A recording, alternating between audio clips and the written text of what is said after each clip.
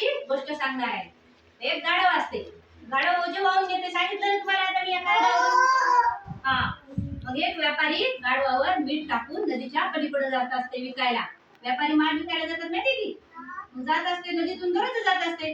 एका दिवशी काय होते, गाढवाचा पाय घसरते, असा घसरला की गाढव पाण्यात पडते आणि मीठ सगळं विरघळून जाते पाण्यामध्ये. आणि मग गाढवाला हलका हलका वाटते, गाढव जाते पुढे पुढे. दुसऱ्या दिवशी व्यापारी येते, मीठ टाकून देते. दुसऱ्या दिवशी गाढव तसंच करते, त्याला वाटते मस्त हलकं व्हायला ओझं आपलं, पाण्यात मुद्दाम पडते.